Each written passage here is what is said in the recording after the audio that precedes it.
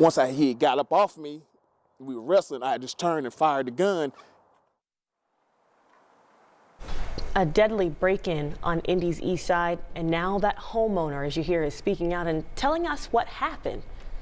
We now know one man died in that suspected break-in after shots were fired between the suspects and the homeowner. Our Samantha Johnson is live in Indianapolis this morning with more from that neighbor and what we've learned about both men in this unfortunate situation. Good morning, Sam.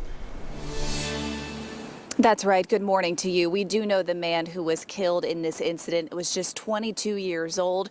We talked to that homeowner. His name is Brent Smith. He says that young man was allegedly trying to break into his home. He says there was a fight between the two men and shots were fired. Get emotional, man, because like I said, man, he wasn't but 22 years old, man. That's, you know what I'm saying, that's what me up the most. You know what I'm saying, man?